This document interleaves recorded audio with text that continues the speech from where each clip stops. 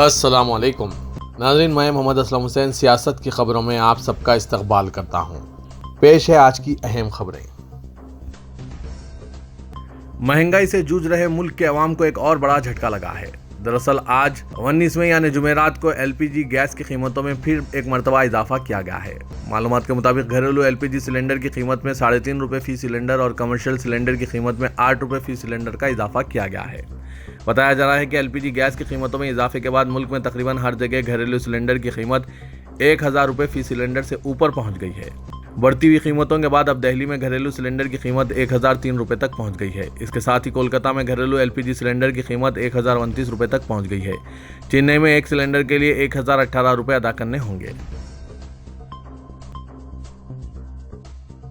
हिंदुस्तान में एक बार फिर कोरोना वायरस के केसेस तेजी से बढ़ रहे हैं। वजारत सेहत की जानिब से आज यानी 19 मई को जारी आदादशुमार के मुताबिक पिछले 24 घंटों के दौरान मुल्क में कोविड केसेस में 29% का इजाफा देखा गया है। गुज़िश्ता 24 घंटों में 2364 नए केसेस दर्ज हुए हैं, जबकि मुल्क में इन्फेक्शन की वजह से 10 अफराद फौत हो गए हैं। बहरान ज़दा मुल्क श्रीलंका में तो ऐसे नज़ारे गुज़िश्ता कुछ महीनों से आम हो गए हैं, लेकिन ये श्रीलंका की तस्वीर नहीं है बल्कि मुल्क की शुमाल मशरक़ी रियासत त्रिपुरा की दारुलहुकूमत अगरतला की है, जहां पर पेट्रोल, डीजल और ईंधन की ज़बरदस्त किल्लत हो गई है। ये किल्लत ईंधन की अदम दस्तियाबी की वजह से नहीं बल्कि आसाम की जानिब से हाईवेज ब्लॉक कर देने की वजह से हुई है। रियासत आसाम की वजह से हाईवेज ब्लॉक करने की वजह से पेट्रोल और डीजल की किल्लत अगरतला में बढ़ गई है, क्योंकि यहाँ पर पेट्रोल और डीजल की गाड़ियाँ आने से रही है। मुल्क को दरपेश मसाइल पर पूरी कुव्वत व शिद्दत से आवाज़ बुलंद करने वाले कांग्रेस के साबिक सदर राहुल गांधी ने अब श्रीलंका के हालात के हवाले से मोदी हुकूमत पर तनकीद की है। उन्होंने तफसीली ट्वीट्स में श्रीलंका की मईशत, बेरोजगारी, पेट्रोल के दाम और फिरके वाराना तशद्दुद के मामलात का गिराफ जारी किया और बताया कि किस तरह से दोनों ममालिक के हालात में यकसानियत नजर आ रही है। राहुल गांधी ने अपने ट्वीट में लिखा कि अवाम का जहन भटका कर और इन्हें दीगर गैर अहम मौज़ूआत में उलझा कर फिरकेवारियत को बढ़ाकर सच नहीं छुपाया जा सकता। तारीखी मीनार कुतुब मीनार के ताल्लुक से अब एक नया दावा किया जा रहा है। यह दावा महकमा आथर क़दीमा के साबिक रीजनल डायरेक्टर धर्मवीर शर्मा का है। इनका कहना है कि कुतुब मीनार दरअसल शमशी टावर है, जिसकी तामीर कुतुबुद्दीन ऐबक ने नहीं बल्कि राजा विक्रमादित्य ने करवाई थी। धर्मवीर शर्मा का कहना है कि ASI की तरफ से कई बार कुतुब मीनार का सर्वे किया गया है।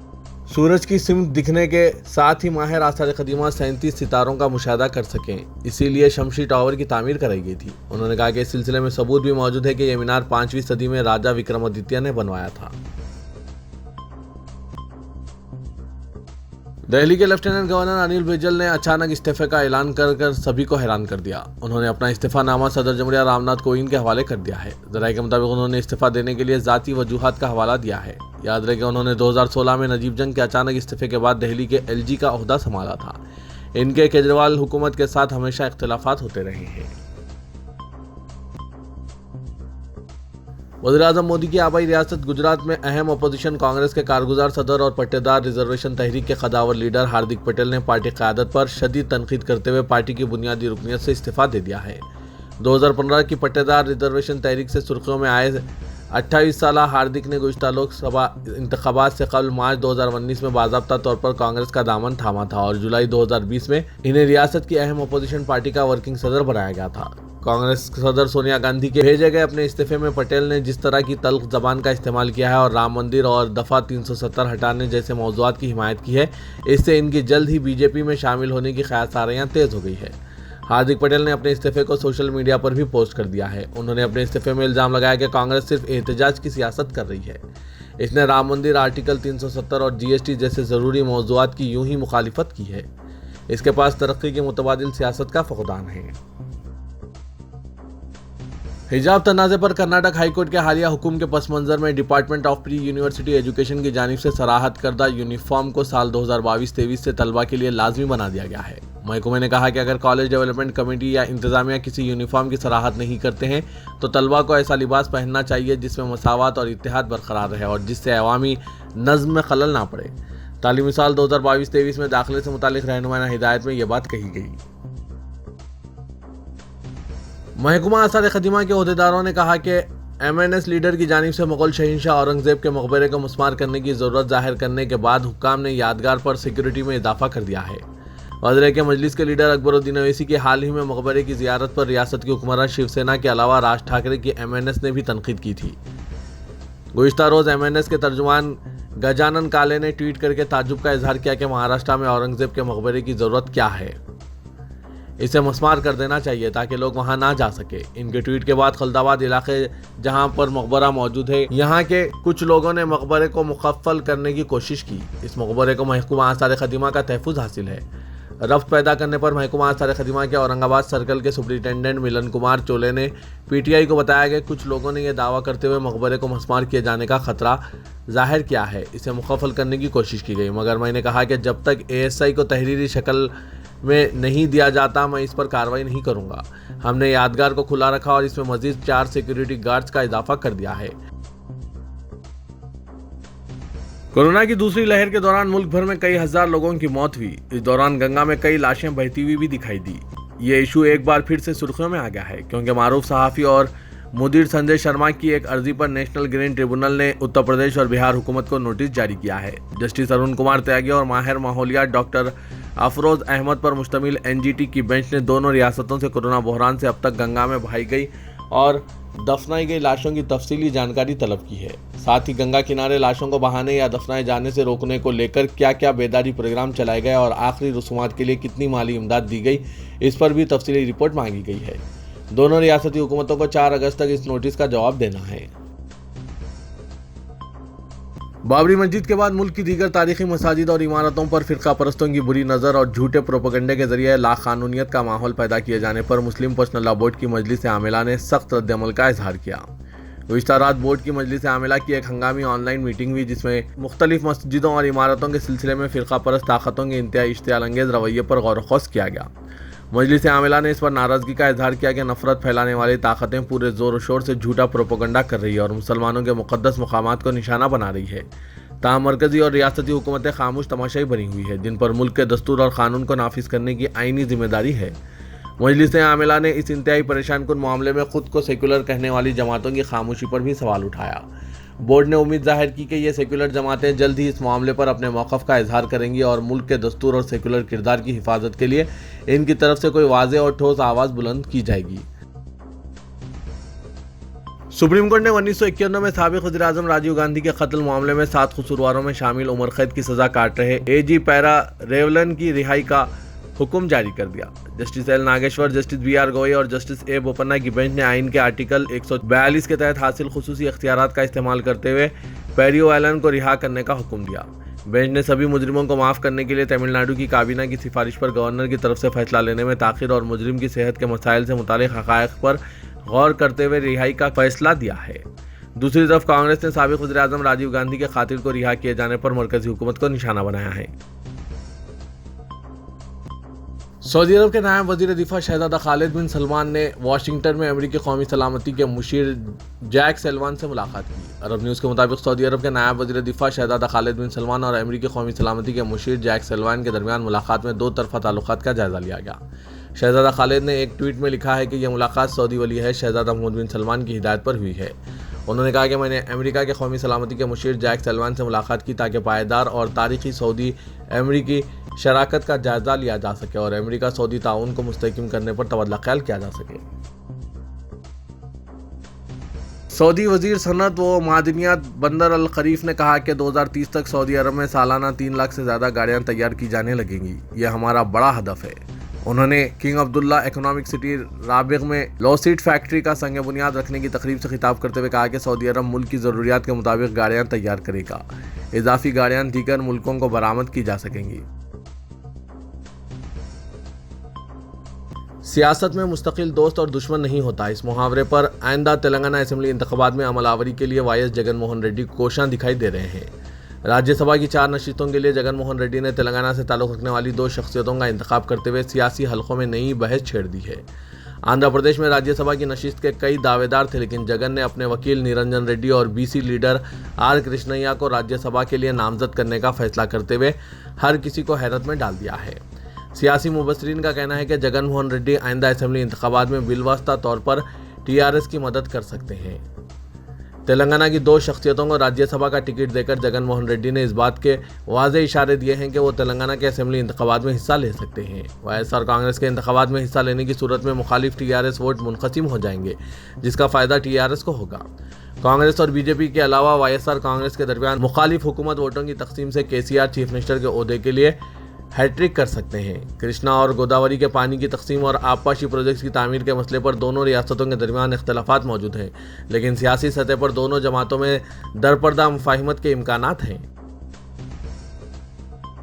वज़ीर आला तेलंगाना के चंद्रशेखर राव ने राज्यसभा की 3 नशिस्तों के लिए पार्टी उम्मीदवारों के नामों का ऐलान कर दिया है। उम्मीदवारों के इंतखाब के जरिए चीफ मिनिस्टर ने हर किसी को हैरत में डाल दिया और पार्टी में जारी क़यास आराइयों के बरखिलाफ गैर मुतवक्किअ नामों को खतियत दी है।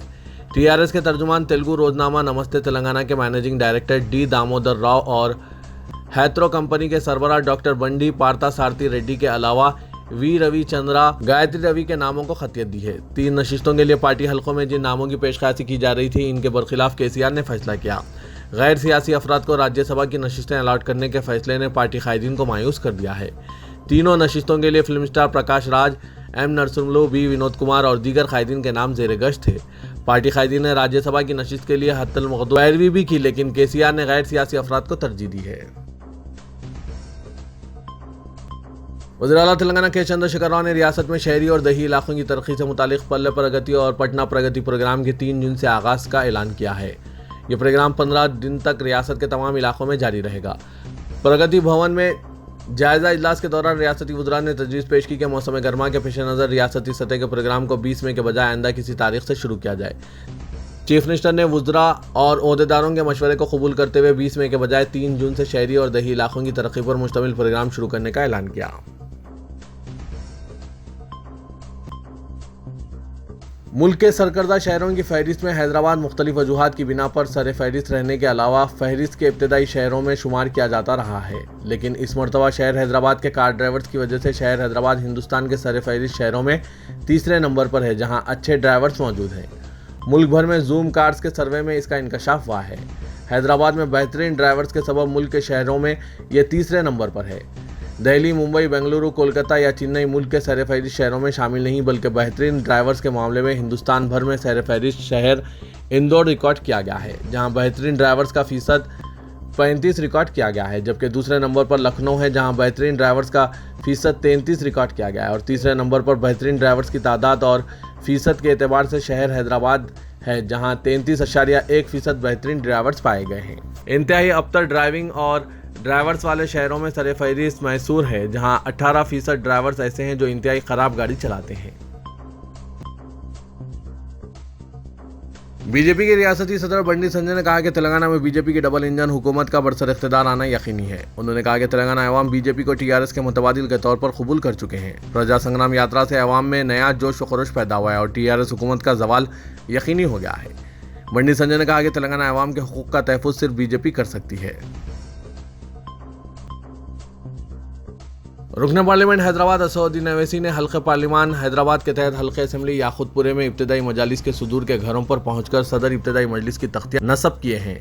सदर मजलिस ने अहमद पाशा कादरी मोतमद उमूम मजलिसी व रुकन असेंबली याकूतपुरा, यासिर अरफात इंचार्ज मजलिस याकूतपुरा और मुकामी कॉरपोरेटर्स के साथ मुख्तलिफ मोहल्लाजात में इब्तदाई मजालिस के सुदूर के घर पहुंचकर खुद अपनी निगरानी में तख्तियां नस्ब करवाई। असदुद्दीन अवैसी ने गुज़िश्ता दिनों पार्टी के सदर दफ्तर दारुस्सलाम में ईद मिलाद तकरीब के मौके पर ऐलान किया था कि वो आइंदा दिनों में नौमुंतखब इब्तदाई मजालिस के सुदूर के घर पहुंचकर खुद तख्ती नस्ब करेंगे, ताकि लोगों को मालूम हो सके कि इस मुकाम पर इब्तदाई मजलिस के सदर का घर है। इस तरीक़ेकार का मकसद ये है कि इब्तदाई मजालिस के सुदूर की सख्त मेहनत और अवामी मसाइल की यकसुई में जद्दोजहद को वाज़ेह किया जा सके और जमात को मजबूत किया जा सके। हैदराबाद पुलिस ने तलबा से भारी रकूमात वसूल करते हुए फर्जी तालीमी सदाकतनामों की मुबैना इजराई के इल्ज़ाम में vice chancellor Sarvepalli Radha Krishnan university Bhopal के साथ इसी यूनिवर्सिटी के एक साबिक वाइस चांसलर को गिरफ्तार कर लिया है।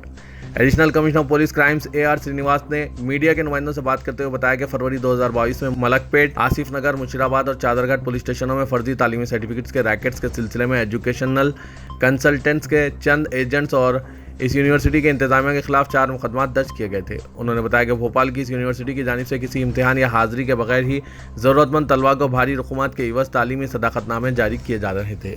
इन मुकदमात की तहकीकात स्पेशल इन्वेस्टिगेशन टीम को मुंतकिल की गई थी। एडिशनल कमिश्नर पुलिस क्राइम्स ने बताया कि SRK यूनिवर्सिटी ने तलबा को 101 तालीमी सदाकतनामे जारी किए, जिनके मुंजमला तलबा के कब्जे से 44 सदाकतनामे जब्त कर लिए गए हैं, जिनमें से 13 BTech और BE कोर्स के अलावा बाकी 31 सदाकतनामे मुख्तलिफ डिग्री सर्टिफिकेट्स बशमुल MBA BSc वगैरह के हैं। उन्होंने बताया कि in charge vice chancellor doctor Sunil Kapoor ने जमानत कबल अज वक्त गिरफ्तारी हासिल कर ली, जबकि SRK यूनिवर्सिटी के एक असिस्टेंट प्रोफेसर केतन सिंह को इस केस में गिरफ्तार किया जा चुका है। सारिकीन अब मकानात और दुकानात के साथ साथ शमशान घाट को भी निशाना बना रहे हैं। ऐसा ही एक वाक़या चंदनगुट्टा इलाके शमशान घाट में पेश आया। ज़राए के मुताबिक कल रात सारिकीन ने शमशान घाट में वाक़ एक कमरे से खुफल शकनी के जरिए 30,000 रुपये नगद रकम का सरखा कर लिया। शमशान घाट का जिम्मेदार जब सुबह वहां पहुंचा तो उसने देखा कि खुफल टूटा हुआ है और रकम गायब है। इसने इस सिलसिले में पुलिस स्टेशन में शिकायत दर्ज करवाई। पुलिस मसरूफ़ तहकीकात है।